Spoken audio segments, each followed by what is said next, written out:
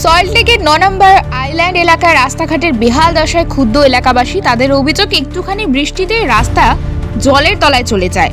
জল জমে দীর্ঘদিন ধরে তৈরি হয়েছে গভীর খানাখন্দ, যার ফলে প্রতিদিন যাতায়াতে দুর্ভোগের শিকার স্থানীয় মানুষজন। বারবার প্রশাসনকে জানানোর পরেও কোনো ব্যবস্থা না নেওয়ায় এবার বিজেপি কর্মীরা প্রতীকী প্রতিবাদে রাস্তায় ছেড়ে দিলেন কই মাছ। খানাখন্দের গর্তে জমা জলে মাছ ছেড়ে অভিনবভাবে নিজেদের ক্ষোভ প্রকাশ করেন তারা। বিজেপির অভিযোগ, তৃণমূল পরিচালিত প্রশাসনের নজর নেই সাধারণ মানুষের সমস্যার দিকে। রাজ্যের উন্নয়নের ছবি শুধু পোস্টারে সীমাবদ্ধ, বাস্তবে চিত্র একেবারেই ভিন্ন।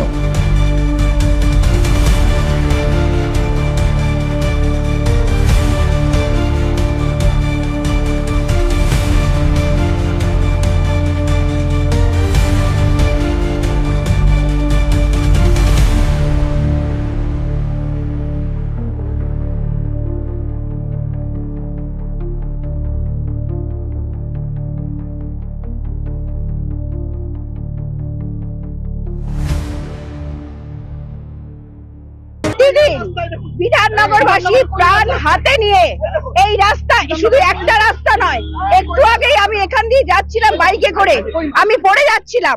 আজকে বিধাননগরের প্রত্যেকটা মানুষ বিক্ষিপ্ত।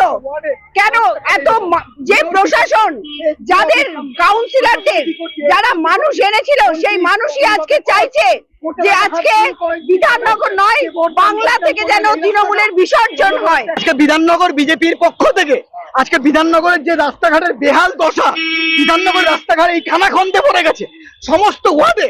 বিধাননগর পৌর নিগমের মেয়র কি করছেন? এইখানে সামনে এসডিও অফিস, এখানে এসডিও, মন্ত্রী, আমলা, সুজিত বসু, বিধায়ক কোথায়? সাধারণের ট্যাক্সের টাকা কোথায় যাচ্ছে? কোথায় যাচ্ছে? রাস্তাঘাট হচ্ছে না কেন? রাস্তাঘাট হচ্ছে না কেন? এই ইট ফেল রাস্তা সাধারণ মানুষ ভোগান্তি করবে, এটা চলবে না। এসডিও অফিস, এইখানে এসডিও প্রশাসন বসেন, দিন রাত এখান থেকে যাচ্ছেন। মেয়রের বাড়ি এই সিজে ব্লকে দিন রাত এই পথ দিয়ে যাতায়াত করতে দেখতে পাচ্ছেন না? জনগণে কই মাছ ছাড়লাম, কই মাছ 600 টাকা 800 টাকা কিলো। এইখানে চাষ করব, এইখানে ডিম পারবে, এইখানে বাচ্চা হবে। নতুন নতুন আপডেট পেতে সাবস্ক্রাইব করুন নিউজ আপ ডেইলি।